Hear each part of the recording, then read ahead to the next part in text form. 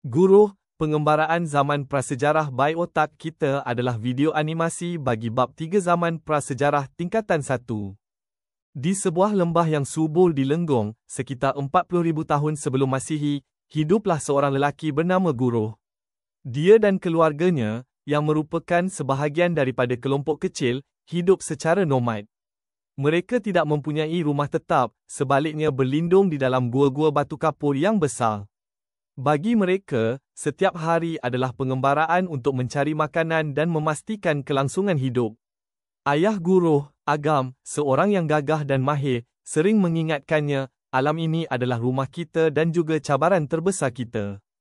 Kehidupan mereka bergantung sepenuhnya pada kemahiran memburu. Agam mengajar Guruh cara membuat dan menggunakan peralatan daripada batu, kayu, dan tulang haiwan. Lihat, Guruh, kata Agam sambil menunjukkan kapak genggam yang baru dibuatnya. Batunya kasar, tetapi cukup tajam untuk tugasnya. Mereka menggunakan peralatan ringkas ini untuk memburu binatang dan mempertahankan diri daripada pemangsa. Sementara kaum lelaki seperti Guruh dan Agam memburu, kaum wanita pula memungut hasil hutan. Isteri Guruh, Melati, dan ibunya sangat mahir mengenali buah-buahan liar, cendawan, dan pucuk tumbuhan yang boleh dimakan. Kita ambil apa yang kita perlukan sahaja, pesan ibunya kepada Melati.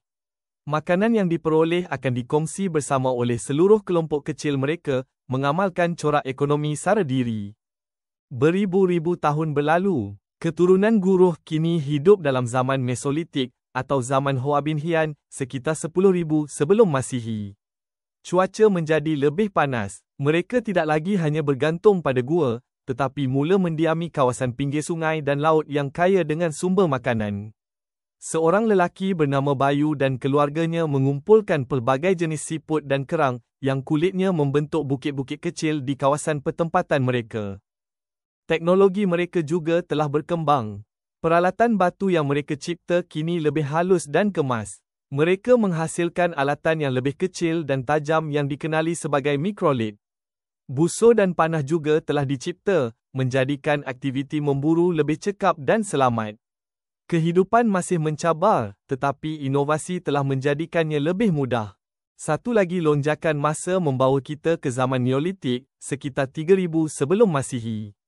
Damar, keturunan Guruh, tidak lagi hidup berpindah randah. Dia tinggal di sebuah perkampungan tetap di lembah sungai. Mereka membina rumah daripada kayu dan daun-daun palma, mewujudkan sebuah komuniti yang lebih tersusun. Buat pertama kalinya, mereka mempunyai seorang ketua untuk memimpin dan menyelesaikan masalah.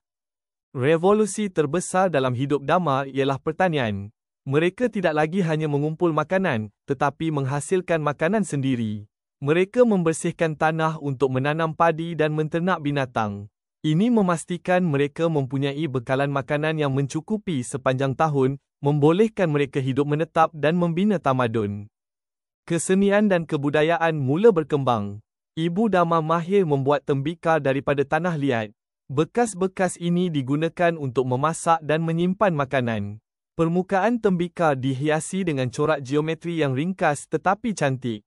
Mereka juga percaya pada kehidupan selepas mati, dan mayat akan dikebumikan dengan sempurna bersama-sama beberapa barangan tembikar. Kita tiba di zaman logam, sekitar 500 sebelum Masihi. Jati, keturunan Damar, hidup dalam masyarakat yang jauh lebih maju. Mereka telah menemui rahsia peleburan logam. Ayah Jati ialah seorang tukang besi yang dihormati. Dia menghasilkan kapak, mata lembing, dan pisau daripada gangsa dan besi, peralatan yang jauh lebih kuat dan tahan lama berbanding batu. Dengan peralatan logam, kehidupan menjadi lebih makmur. Lebihan hasil pertanian dan barangan logam membolehkan mereka menjalankan perdagangan sistem barter dengan kampung-kampung lain. Jati sering berlayar menggunakan perahu kecil di sepanjang sungai untuk menukar hasil mereka dengan garam, manik, dan barangan lain. Dari gua batu ke perahu dagang, pengembaraan manusia prasejarah telah meletakkan asas bagi dunia yang kita kenali hari ini.